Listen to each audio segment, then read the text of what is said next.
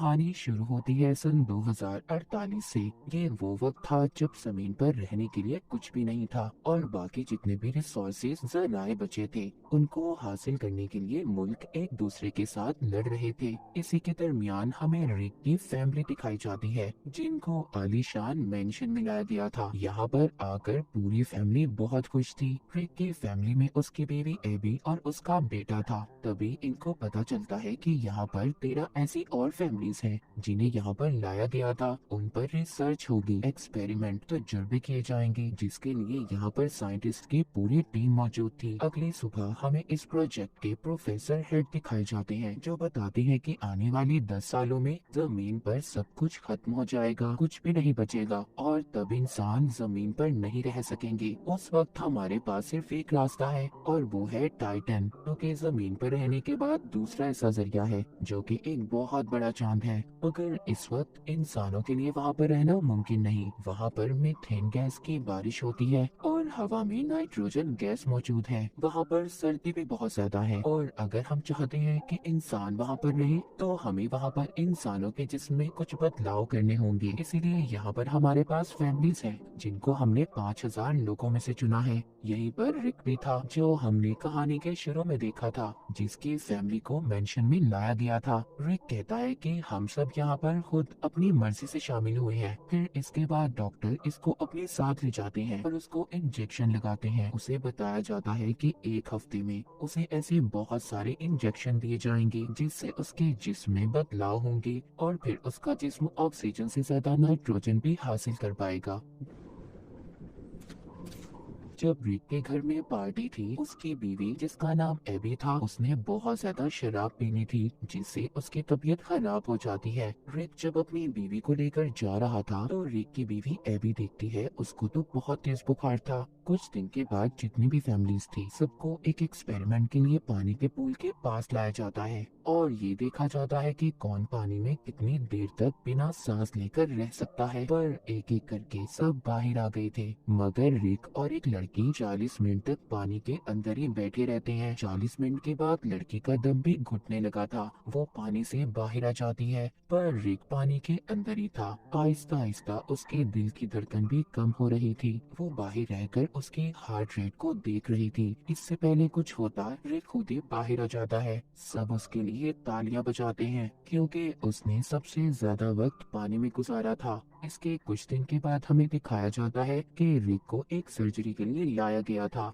जिस दिन उसकी सर्जरी की जाती है उसी दिन रात को वो अपने बेड पर नहीं था। उसकी बीवी एबी जब ये देखती है तो वो किचन में बैठा अपने जिस्म पर बर्फ लगा रहा था। उसको बहुत गर्मी लग रही थी। इसके बाद एबी उसको और ज्यादा बर्फ ला कर देती है। एबी को बताता है कि मुझे बिल्कुल भी ठंड का एहसास नहीं हो रहा। इसका मतलब ये था कि जिन लोगों को टाइटन पर भेजने के लिए तैयार किया जा रहा था रिक पर भी बिल्कुल वैसा ही असर हो रहा था कि टाइटन पर बहुत ज्यादा ठंड थी और वहाँ पर ऐसे जिस्म की जरूरत थी जिसको ठंड का बिल्कुल भी एहसास ना हो। मगर अभी भी इनको सबसे बड़ा सामना मीथेन गैस और नाइट्रोजन का था। इन सबको मीथेन गैस के साथ पानी में तैरने का कहा जाता है। साथ ही इनको खास किस्म के मास्क पहनाए जाते हैं जिससे नाइट्रोजन बढ़ता है। ये उस मास्क को पहनकर बहुत भागते हैं। दरअसल इनको टाइटन के लिए तैयार किया जा रहा था। इसी तरह बहुत सारे दिन गुजर जाते हैं। एक दिन रिक जब बाथरूम में था तो वो देखता है उसको हेयर फॉल हो रहा था, यानी कि उसके बाल बहुत ज्यादा उतर रहे थे।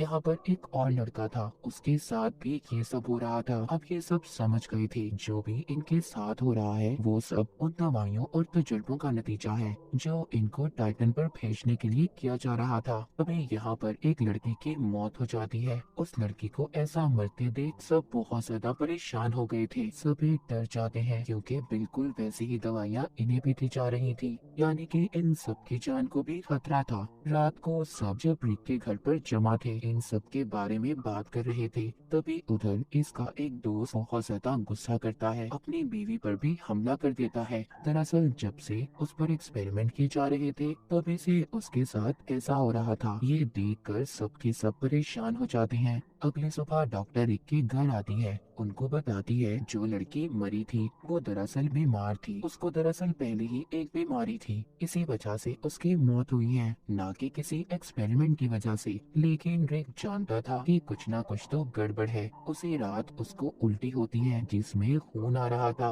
उसकी बीवी उसका ब्लड सैंपल लेती है क्योंकि एबी भी एक डॉक्टर थी। अगले दिन रिक को दिखाया जाता है वो पानी के अंदर था, उसकी जिंद भी उतरना शुरू हो गई थी। इस बात से वो बहुत ज्यादा डर जाता है। उधर दूसरी तरफ एबी उसका खून का सैंपल लेकर लैब में जाती है। जब वो उसको टेस्ट करती है तो उसको पता चलता है कि रिक के जिस्म में बहुत से ऐसे केमिकल शामिल किए गए हैं जिसके बारे में पहले नहीं बताया गया था। एबी इन सब के बारे में प्रोजेक्ट प्रोफेसर हेड से बात करती है मगर वो उसको कुछ भी नहीं बताते। अब रिक की आंखों का ऑपरेशन किया जाता है ताकि वो अंधेरे में भी देख सके। रिक जब वापिस घर आता है तो उसकी आंखों से खून आने लगा था। उसको दोबारा से हॉस्पिटल ले जाया जाता है। एबी वहाँ पर दोबारा से प्रोफेसर से बात करने की कोशिश करती है लेकिन वो उसकी किसी बात का जवाब नहीं देते और चले जाते हैं। एबी जब घर आई थी तो देखती है वो आदमी जिसको पहले भी गुस्सा आया था अब वो और भी ज्यादा गुस्से में था। उसने अपनी बीवी को भी मार दिया था, इसीलिए मिलिट्री के लोग उसे लेने आए थे। अब एबी को ये महसूस हो रहा था कि उससे बहुत सारी बातें छुपाई गई हैं। वो रिक का कार्ड लेकर उसी जगह पर जाती है जहाँ पर सभी की फाइल्स को रखा गया था जिन पर एक्सपेरिमेंट किए जा रहे थे। ये जो वहाँ पर चेक करती है तो उसे पता चलता है जिस लड़की की मौत हुई थी, जिसके बारे में बताया गया था कि वो किसी बीमारी की वजह से मरी है, कि उसकी मौत तो इन्हीं एक्सपेरिमेंट की वजह से हुई है। उधर ही एबी प्रोफेसर को देखती है जिनकी नासा के लोगों के साथ बात हो रही थी। वो उन पर इल्जाम लगा रहे थे कि उन्होंने इंसानों पर ऐसे तजुर्बे किए हैं जो सरासर गलत है। उन्हें जल्दी सब कुछ बंद करना होगा, उनको सजा भी होने वाली है क्योंकि उनके खिलाफ केस दर्ज हो चुका है। अगले दिन प्रोफेसर हेड्रिक के घर जाते हैं, उसको और एबी को बताते हैं कि उन्होंने सारे एक्सपेरिमेंट इसीलिए किए थे ताकि वो लोगों को टाइटन पर भेज सके। वो कहती है मैं खुद भी नहीं जानता इसका अंजाम क्या होगा, सब लोगों का डीएनए अलग है, मैं नहीं जानता कि सबके जिस्म पर दवाओं का क्या असर होने वाला है। मगर हाँ, रिक एक ऐसा इंसान है इसका जिस्म इन सब चीजों को बर्दाश्त कर सकता है और रिक तुम्हारे अंदर अलग तरह से तब्दीलियां हो रही हैं। वो कहते हैं जब सारे एक्सपेरिमेंट पूरे हो जाएंगे जिन पर एक्सपेरिमेंट किए जा रहे हैं उनका जिस्म एक टाइटन क्रिएचर में तब्दील हो जाएगा। इन्हें होमो टाइटन कहा जाएगा मगर हम नहीं जानते कौन कैसा होगा क्योंकि सबका डीएनए अलग अलग है।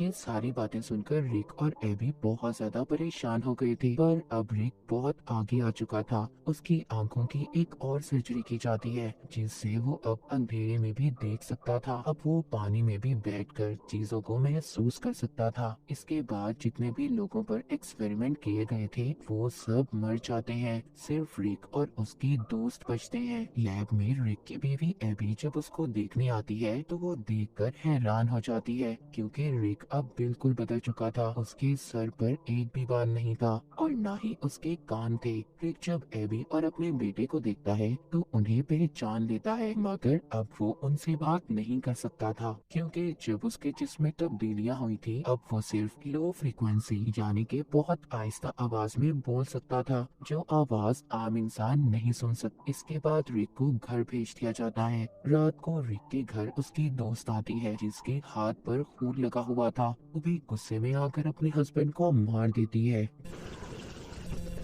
जब मिलिट्री को ये बात पता चलती है तो वो रिक और उसके दोस्त को लेने आ जाते हैं क्योंकि अब ये सब के लिए खतरा थे। रिक के दोस्त को मिलिट्री वालों ने मार दिया था मगर रिक अपनी ताकत से सबको मार देता है और अपनी जान बचाकर भाग जाता है। रिक के पीछे एबी भी जाती है। रिक अभी भी एबी से बहुत प्यार करता था। जब वो एबी का हाथ पकड़ता है तो उसके दिमाग को पढ़ने लगता है जो उसकी नई ताकत थी। जी हाँ, रिक अब किसी के दिमाग को भी पढ़ सकता था। तभी मिलिट्री का हेलीकॉप्टर आता है। उसने एबी के कहने पर खुद को उनके हवाले कर दिया था। दोबारा से रिक को लैब में लाया गया था। वहाँ पर प्रोफेसर एबी से कहते हैं कि तुम्हें रिक को एक इंजेक्शन लगाना होगा, जिसके लगाते ही रिक अपनी पुरानी जिंदगी के बारे में भूल जाएगा। और यही रिक के लिए अच्छा है, क्योंकि अब हम उसको टाइटन पर भेजने वाले हैं।